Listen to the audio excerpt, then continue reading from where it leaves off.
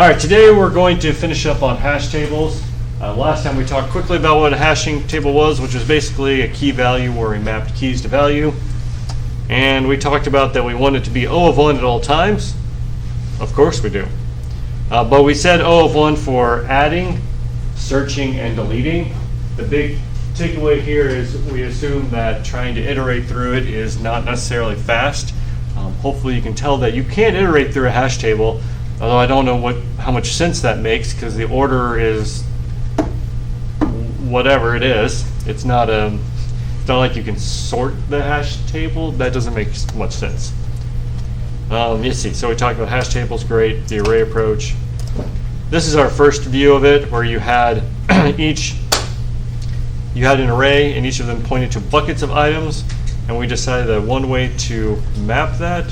Oh, and the other thing we had is how do we actually map our keys to the different numbers? Well, you have to have a hash function that transcodes it or translates it, because your key could be something besides an integer. It could be a string or a struct or whatever. All right, and let's zoom forward a bit more. We talked about the first problem is what do you have a collision? You can try to insert 54 that needs to go with the 34. They collide, so you can't put them both in the same spot, and that's where the big decision is with hash tables. The first one we talked about was called chaining, where instead of just having a hash table of the key and data, you actually have a hash table pointing to a linked list. So we get to the picture right here. And then the linked list, you would search the linked list to find the items. All right. This is probably the easier one because we've used arrays and we use linked list and we're literally just smashing them together. That's all we're doing. So hopefully to do data structure. To a whole new data structure. Yep. But this does have a couple of issues with the not so much with its overall design, but in general, there's another way to do it that has some better, I guess, benefits. This is not bad, by the way. If you have to implement it manually, I actually recommend just doing it this way because it's far simpler and it still gives you pretty good performance, especially for what you're going to use it most of the time. But there are a couple of issues. And hopefully we'll go into the other version first so we can talk about that. Open addressing. So today we're going to use the open addressing version, and the open addressing version of hash tables is usually the one that's implemented in libraries. So it's good that we go through it. So instead of having a list of, or an array of linked lists, we're going to keep in an array of data. And collisions are going to be resolved by just finding another index in the table to put the item.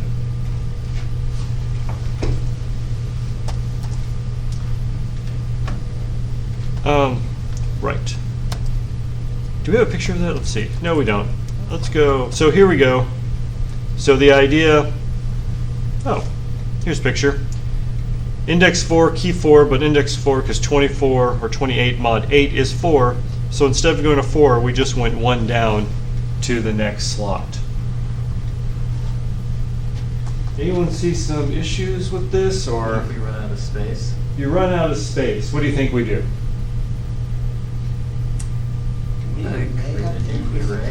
Yeah, we increase the array. If we increase the array, do we need to rehash everything? Yep. Yes.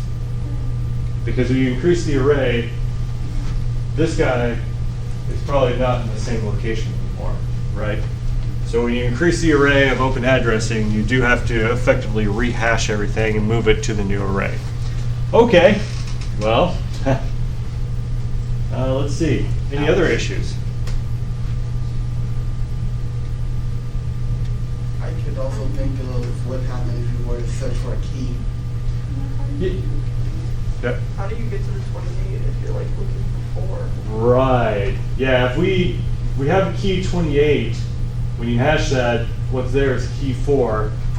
What does that mean you have to do if you're doing a search and you don't find it immediately? What's that? Well, if you don't know that it's necessarily a 3 either, right? Sure. So you have to look at all the values? You have to come up with a way to look at other values, yes. And we'll get to that in a moment. And what's even worse is deleting, but we'll get to that later because that might be that'll make way more sense once we've coded this up. So there's different ways, different algorithms, to find the next available cell. There's called the linear version, which is you just take where you are and go down one or up one, either direction, and you keep doing that until you have an open slot. There's the quadratic version, where you take your spot, you add one and square it, and then mod it by the array size of the array. The idea is to try and jump around so you don't clump it together. And then there's double hashing, where you simply have a second hash algorithm. And hopefully that one doesn't cause a collision either. Otherwise, you're going to have to keep hashing hashes or something and take the hash and move it with the others. Okay. Whew. Let's go with linear probing because this is the easiest one to understand. Choose the next available cell. All right, first try hash value +1, then try hash value +2. Be sure to wrap around the end of the array. So if you keep going, this one's going up. So if you go up to the top, don't go past the array, go back down to the bottom and keep searching. If it's full, you need to throw an exception, but better yet, we want to resize the array. That one makes some sense? Finding spot? All right. Quadratic probing. By the way, these other ones are variations on linear. They use more complex. Okay, yeah, you add one and then square it and then mod it. The idea is you can keep searching that way in order to find a new spot. Hopefully it'll avoid clumping it together. Because the real problem with linear probing is it has this tendency to move all your items close together, and we'll show you why that's bad, hopefully in the code. All right, double hashing, you just come up with a second hash function. Yeah.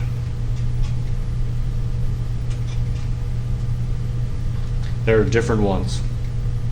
Just come up with another clever way to hash it is really what this comes down to. The reason why I'm kind of skimming over these two is because we will want to do linear probing because it's the easiest one to follow. Note that I think it's quadratic probing is the version that's usually done, or some type of double hash, but we don't have to do that. All right. Now, as someone did mention, what happens when it gets too full? We increase the size. Or just use vector. Or just well, you can call resize on a vector, but you don't want to just push. The problem is if you do pushback, that increases the size, which means what you're modding it by changes, and then all your values are in the wrong spots, right? Just have a size integer? Right, so we can do size, yeah. We can do, there's different ways to do this. Let's go ahead and start coding this, because I think it's time we get to there. And before I begin, this is going to be another one where we do it as a class. Or at least get started.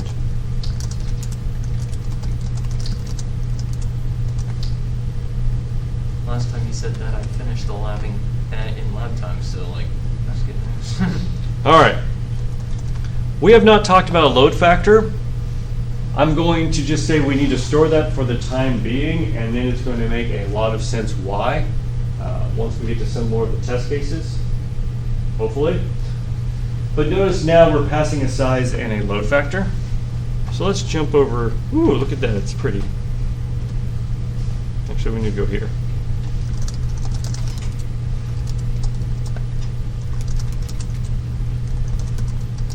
All right. Hopefully someone's logged in.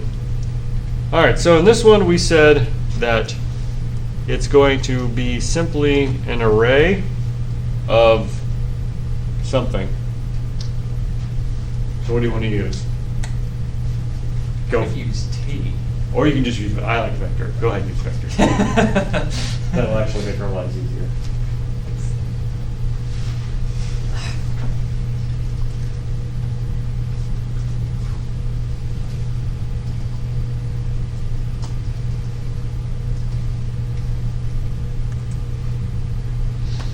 All right, well, we're templated on key and value, right? Catch 'em? Is that Ash's last name? I can see why you might think that. I can't remember. What is his last name? I don't know. It's Ketchum. It is? Yeah. Yep. Oh, I knew it, and you did. Oh, sorry. I never watched the TV show. Oh, okay. Not really. Okay. No, I'm I kidding. mostly just did the I'm cards. kidding online, people. Yeah. I thought it was Ash Ketchum. That's amazing. I It didn't is. realize that. All right, but it's you have a vector of integers.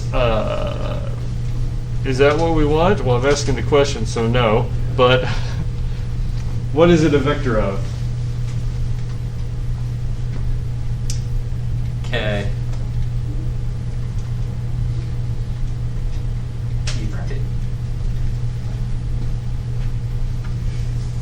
Kyle. Is it pointers to B? I'm sorry? Is it pointers of B? Pointers to B? B. B. Oh, okay. Yes, this might be a little complicated. So, all right, let's take a step back. I'm templating on two classes, K and V. What do those represent? The key and the value. Great. So the key is going to be type K, the value is type V. Let's go look at the picture. What's stored at any slot? Well, we have the key, and then we don't have value, but obj1 is the value. So each slot is storing both the key and the value. A node. There we go. Let's have a node. You want to-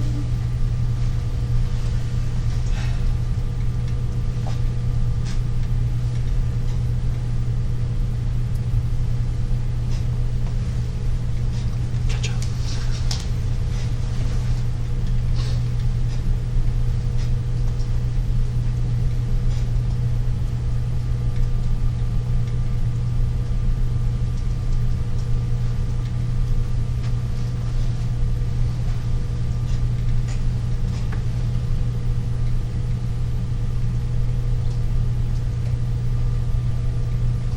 Never done this before. Oh, you always watched me do it? Yeah. Oh. Well, I'm glad I'm not doing it. Let's see.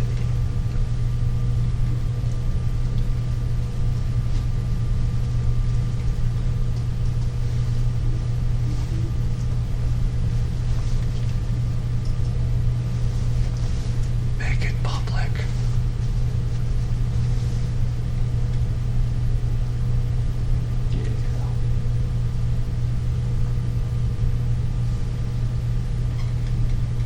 Thought I could live with that, but no.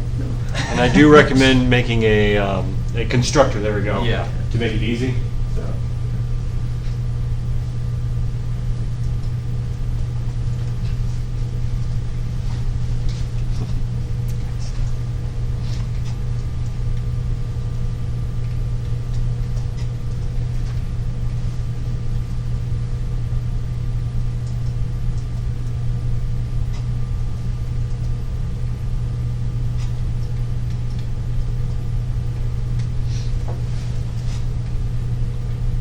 Nice. All right. So now what is it a vector of?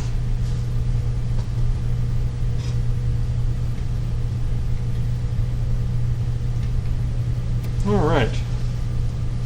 Let me take over real quick. Make sure that compiles. It does. I wonder what tests we have. A get test. Oh, that looks handy. Oh, there, we create a hash table, we insert some things, and then we try and get them. Oh, look at that. Hash table, integer to int, 100 integers, load factor of 80. We'll get to that. We'll insert 47, yeah, maps to 100. 49 maps 200. 1149 maps 300. And then we just make sure that we can get I think each one of them is missing, honestly. I think I need to change one. Okay, yeah, all right. R? Oh, okay, that works too.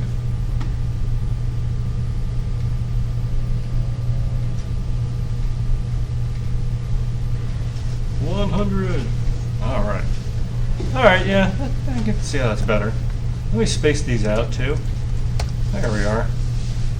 All right. Let's make sure we fail. Excellent. Yep. We found. All right. Perfect.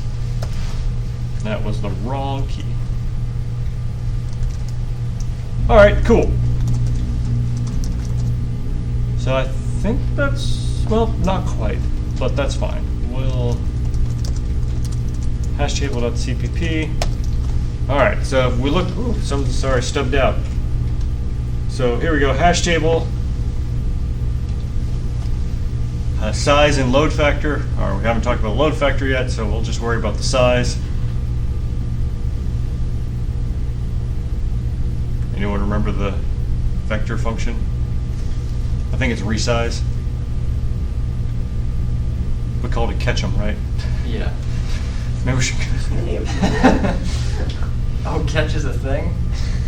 Oh, yeah, it is. Yes, it is. Yeah, I think it's used for error. Yep, you remember in Java the Yeah. try catch? Yeah. Yeah. It's yeah. in C++. There's a reason I have not talked about it.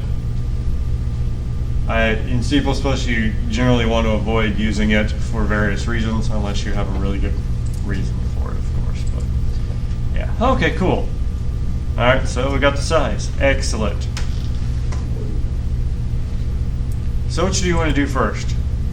You want to do insert or get? This one.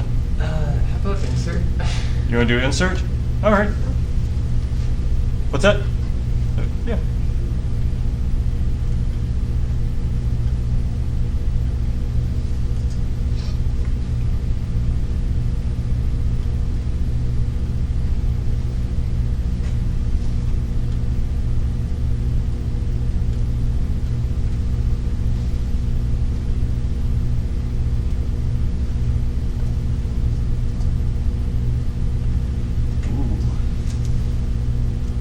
Let's see if we have how an insert was done.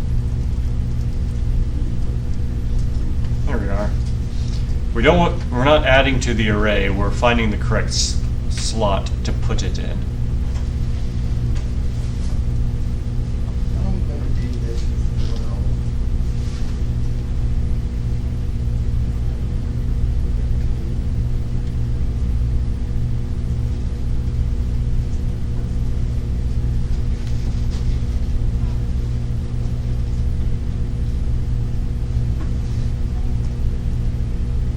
Oh, here we go. Yep, so we got the hash code, perfect.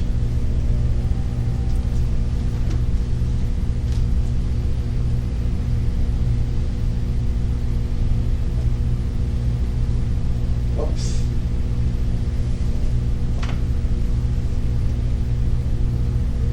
Ah, mod, perfect. Nice. All right. So we have the index that we want to put it in. So how do we put it there? So remember, every index is actually our node class. So I'm going to help it out just a little. So we'd want to do catch him. I want to do catch mim. So index dot key is going to equal key. And then we also need to store the value. You see how we're setting it? So we're setting it, the actual key value. At least that'll be the start. So we set the key, we also need to set the value.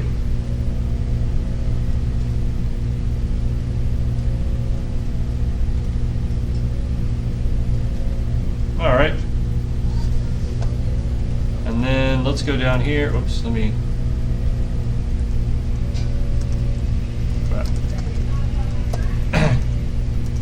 Do you see why the pushback is not what we want? Yeah, great. So, all right, this is a good start. Let's go ahead and run it. Ooh, we got some nice errors. Code mismatch, line 20. Oh, no STD, right? What's that? No, it says line error type value mismatch at argument 1 and template parameter for list class. Interesting. It doesn't like that node. Let's see. Node. Huh. Oh. What's it a node of? Yeah, there we go. Because you got to pass that. Yeah. All right. Oh boy, no matching function call for node. Oh. So it really wants a default constructor. So we will give it one that does nothing. Now, why is it doing that? That may not make too much sense, but when you call the resize here, it's actually going to call the default constructor for every node inside of it. So you do need to implement the constructor at least for that one. All right, let's go ahead and run it again. And we're back to failing. Yes. Oh, do we get different numbers each time? Yes, we do. All right, cool. So now we think we have that. We have a good start. How about the sub or the get operation?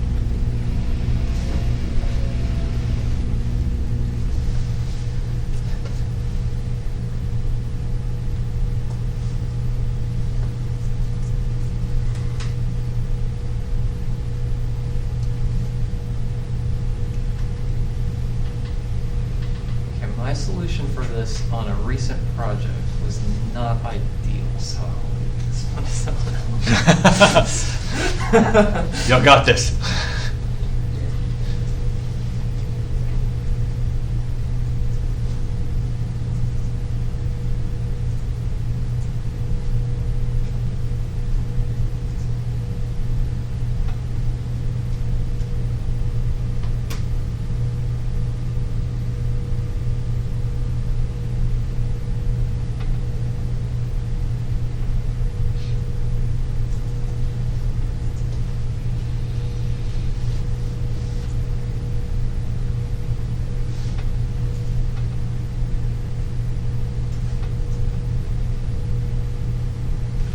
Right. Let's save that and give it a try. Oh, we've passed a lot more except for line 17. Oh, let's see what happened. So let's see, line. Well, that was being tricky. Oh, this is the old test suite. This is not Unity. Huh, that's interesting. Well, you get used to a different test suite, guys. Apparently, I forgot to convert this one over. Well, anyways. I've seen that CXX test thing on the makefile stuff. Yeah, the autograder still uses CSX test gen. I think it's more complicated than Unity. But I haven't converted the autograder over yet because I have so many test cases. But it's a lot easier to teach Unity than this one. But they're both fairly simple. Because this one you have to do this whole by test suite, blah, blah, blah, blah, blah, whatever. But anyways. So, hopefully you can see what's happening. If we set the size to 100, we set 49 to 200, and then if we do 1149, that 300 is going to the same location. Do y'all see that? Yeah. Yeah? Alright, so we need to, this is actually a pretty stringent test case. So in here, if it's going to the same location, we need to do some type of probing to find out where to put it next. Here. Right? But before we do that, we need to know if this data value actually has something in it. You know, it's it's in use. How can we do that? I'm sure Vector has a thing for that. No. Doesn't? STD bills. Let me rephrase it. I'm pretty sure it doesn't. I'd be really surprised. Yes.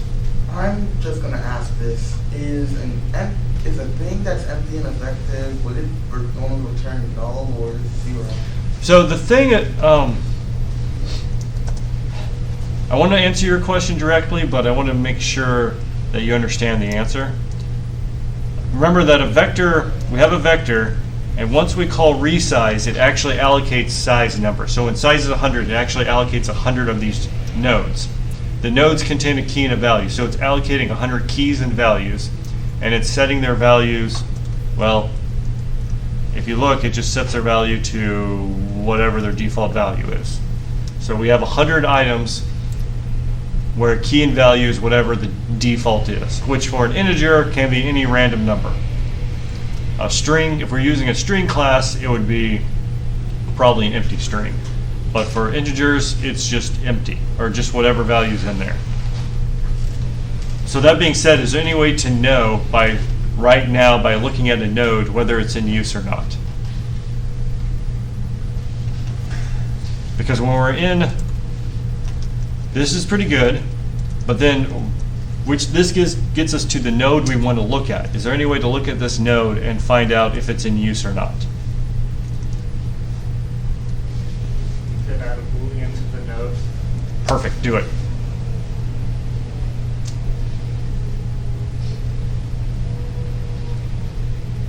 In use or used? Okay, perfect.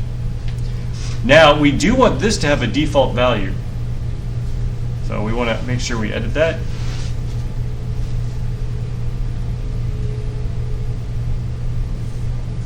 And let's go do it for the other constructor, even though I don't think we use the other constructor, but that's okay.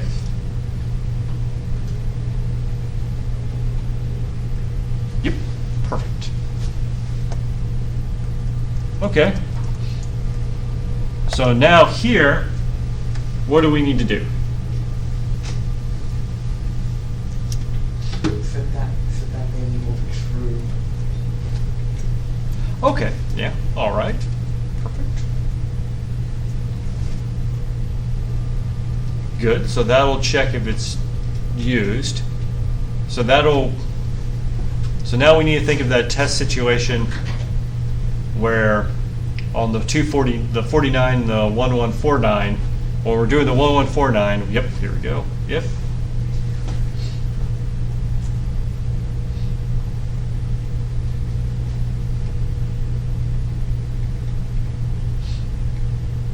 I'll do it like that.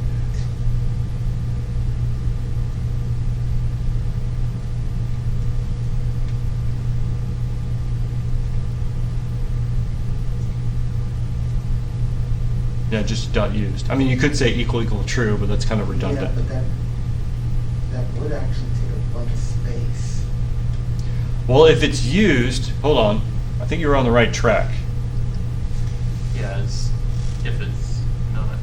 Oh, hold on. Well, I understand what you're doing. Let's do it this way. So if it's used in that location, what do we want to do to index? We want to go to the next one until we find a new one. Yeah, let's solve the simple case first, which Just move it up one. move it 1. All right, let's just move it 1, right? So remember in this situation, the 28 mapped to the 4. Let's move it 1. Okay, they moved it down 1. You can move it down or up. It doesn't. I mean, you just need to choose one direction and stick to it.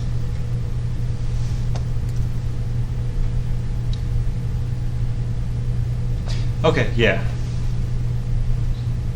Do we have multiple people? You have the right idea. You want to mod it. That's right. You do want to mod it because if you go past the size, you want to jump back to the bottom.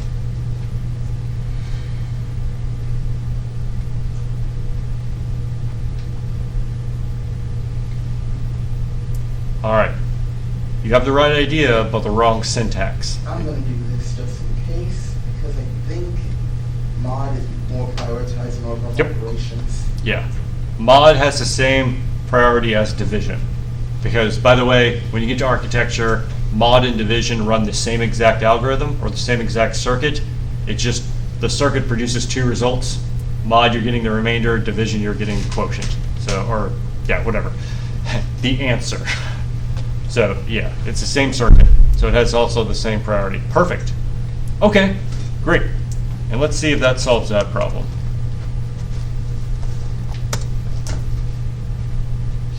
Ooh. Oh, it solved the problem in one area, but not the other. And this might be hard to see because we don't have a print function. So let me make a print function for you. Ooh, I already have one. And now that we have a, oh, okay, maybe I don't have one.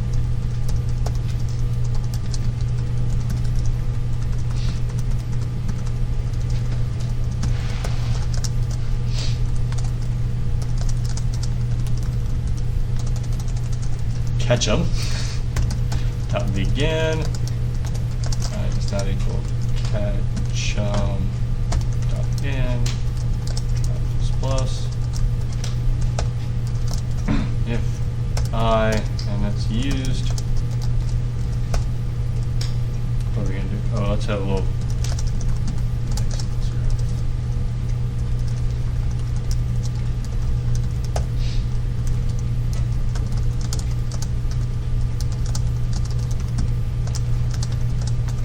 Oh my goodness. There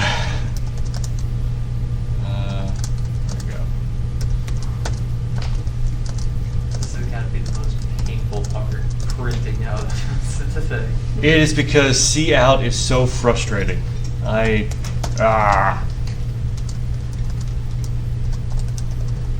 Printf is a lot easier to use, but that's not what we're doing. All right, so I'm going to call ht.print. Let's run it. Almost there. Print candidate. Oh, it needs to be const.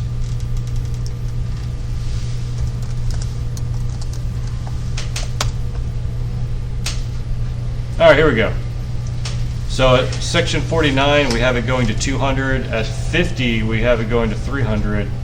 Oh, I should, in 42, we have it going to 100. So let me fix this to just make it a little clearer.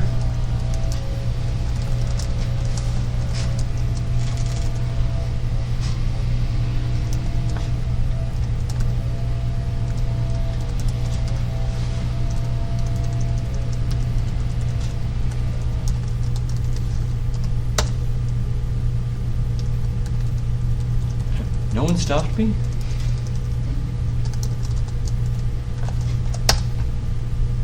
All right, here we go. So at 42, we have to go to 100. 49, we have to go to 200. At 50, we have 1149 going to 300. Okay, that makes sense. That's what we wanted. But if we go over to the test, when we try and get regular, actually 1149, we get back 200. Was the failure, I believe? Yeah, we won 300, but we got back 200, probably because we're going here. So what does that mean we need to do in our search space?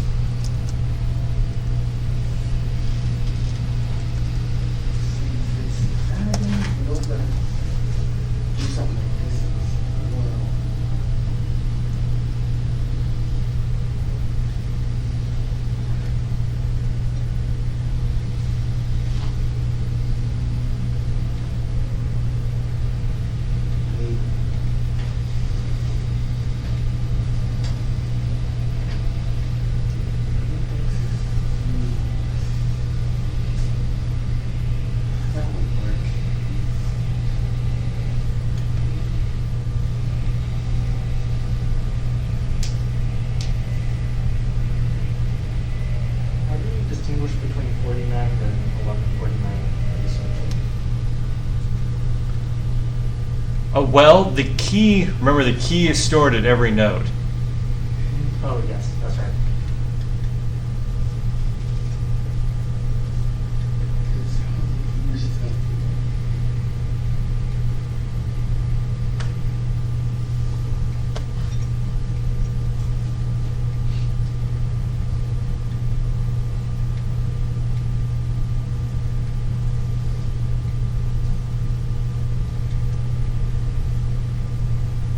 Yep, does not equal key.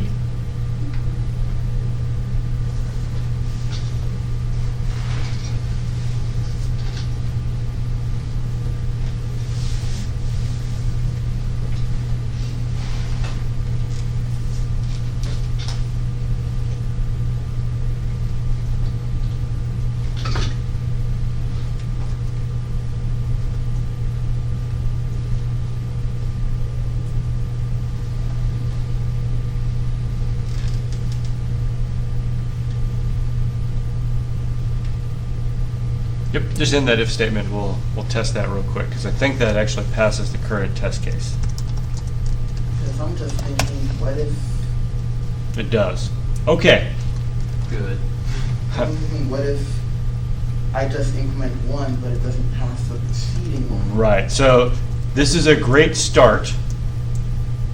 And when you have a great start like that, save that test case. Don't redo it. Don't edit it. Don't modify it. That's a great starting test case to make sure the base stuff works.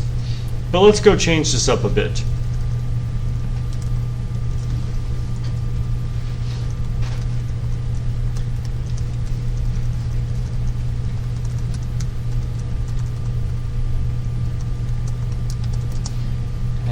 Was it 42? Should be 400, right? And this should be 5. See, did I type that right? Yep. All right, let's see what happens now. Ooh. Let me get rid of this print so we can just look at the other one. Oh yeah, look at that. 1, 3, 4, 9. It's not storing these guys. What do we need to do? Change the if to a while. Is that all we have to do, actually?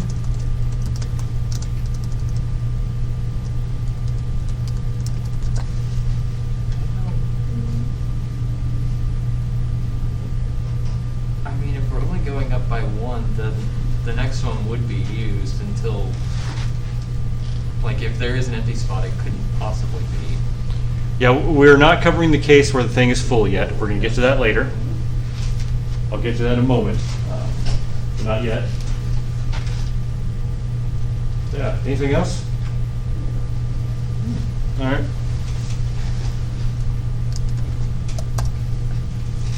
Yep. I know I harp on it, but this really, yeah, this really is very important. Don't worry about making it a loop. Get your if thing down correct first, then make it a loop, because a lot of times that's it. That's literally all you do. Sometimes you do need to add some iteration and modify it up, but most of the time if you follow this pattern I've showed you, you literally just change if to while at the end. Okay, but this is not exactly correct. Let's do another test case. That's got to be the easiest one so far. What's up? Sorry, say that? Oh, that Probably the easiest test case. That's because we wrote it correctly the first time, and then we just thought about it and did it. As opposed to, and I stopped you from going down the wrong path. Yeah. We haven't gone, yeah. It's hard for me to show you an example of us doing the wrong thing really badly and then going back. I mean, I could do that, but I don't know, it's just painful. Probably just be confusing. Yeah. Okay. All right, what about 1, 0, no, let's do this. What about 9, 4, 9? What should that return?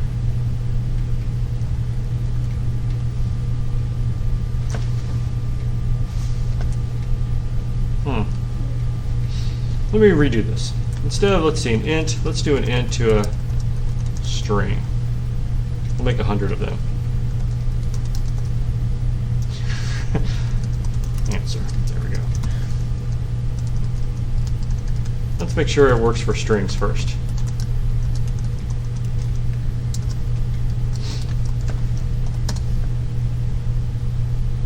Okay, so that worked. Great. What about, what should this map to? Well, this is where the specification is a little weird, but you do have to take care of it because of the way it's written. Retrieve the value. If 1 doesn't exist, then you're just going to return the default value.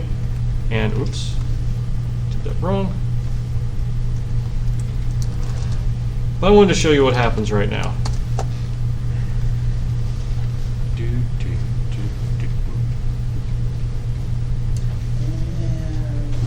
You should have told me that this was going to be an infinite loop. 1 second.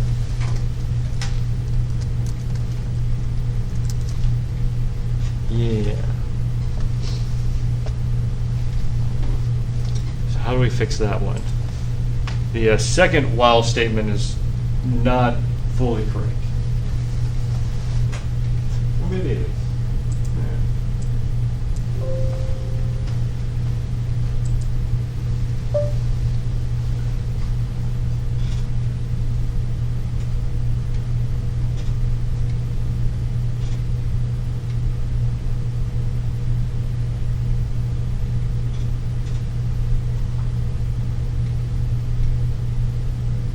All right, so what's the idea here? Let's just make sure that I is less than size. Okay, so you're gonna have an I value go to size. Now, okay, all right, well, let's do that then. I is less than. Okay. Oh, but that can't go through. Well, I think what you're trying to say here is if I is greater than or equal to ketchum dot size. Oops.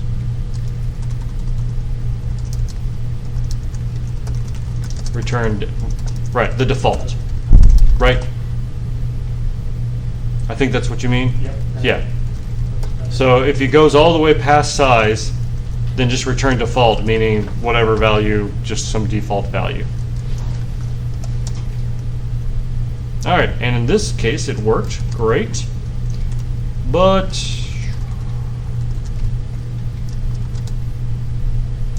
and in this one, oh, is it gonna work? It shouldn't, right? No. I'm trying to actually write a test case and make this fail, and I don't know if I can. Oh, I can't because we don't have delete.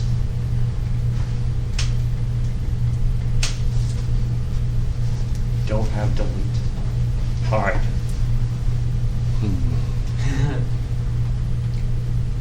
Okay. Let me make a note, because I will forget to tell you about this.